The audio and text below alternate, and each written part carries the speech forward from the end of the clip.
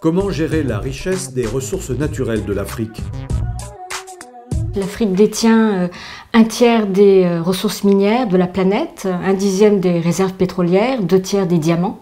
Mais ces immenses ressources rapportent beaucoup, mais ne profitent pas à la population parce qu'elles ne créent peu d'emplois. Donc comment transformer cette manne en gain durable pour le plus grand nombre? Et donc pour cela, le maître mot, c'est diversification.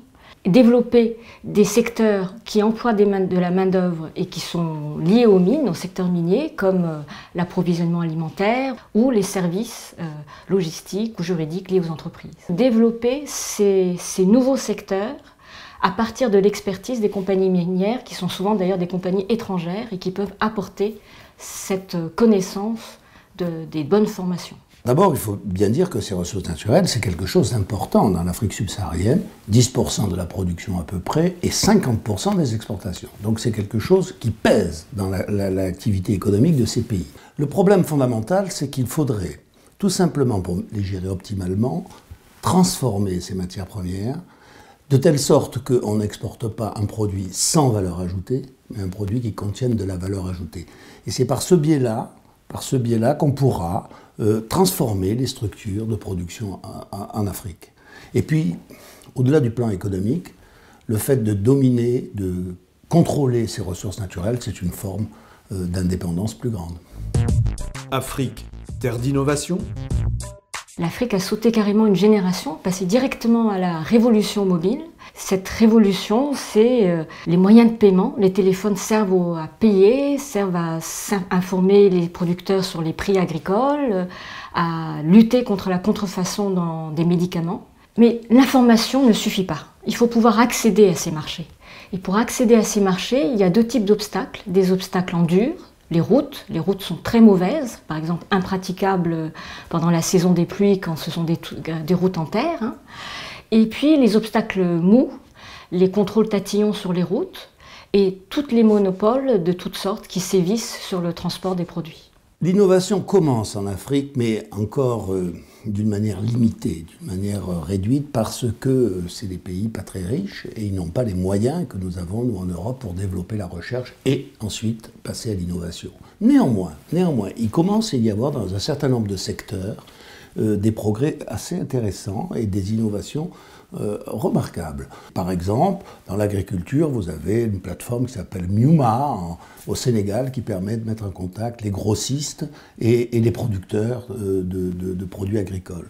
Il y a déjà plusieurs milliers de personnes qui participent à cette plateforme. Vous avez au Ghana, par exemple, 80% des paiements se font en ligne, c'est-à-dire avec un téléphone mobile.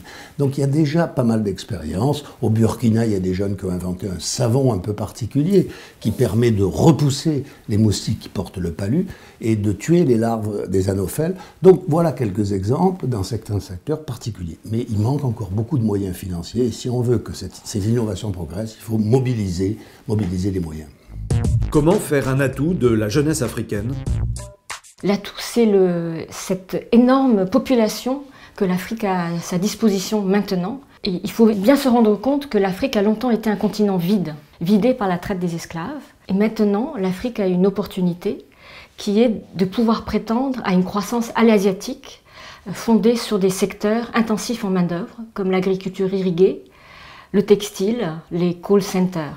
Mais pour cela, il y a un hic, il faut former cette population et former scolarisation primaire, ce qui est en progrès en Afrique, mais aussi tout ce qui est technique, les techniciens, les électriciens, ceux qui savent maintenir les machines, les comptables. Et toute cette formation pointue devrait être faite par un partenariat entre le gouvernement et le secteur privé pour que les entreprises aient la main sur le contenu de ces formations techniques et puissent former le personnel dont ils auront besoin.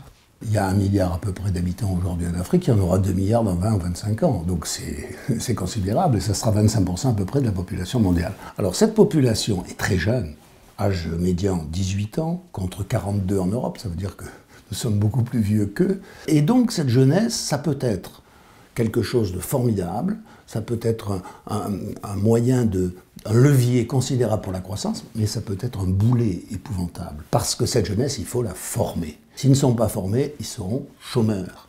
Un peu comme partout dans le monde d'ailleurs. Et là, c'est par quantité considérable. Donc il faut faire un effort énorme dans la formation, aussi bien primaire, secondaire que universitaire, former des professeurs et surtout chercher des nouvelles technologies adaptées parce qu'aujourd'hui, on peut faire de l'enseignement à distance, on peut faire des tas de choses nouvelles qu'on ne pouvait pas faire par le passé. Mais la formation, c'est sans doute le défi le plus important de l'Afrique.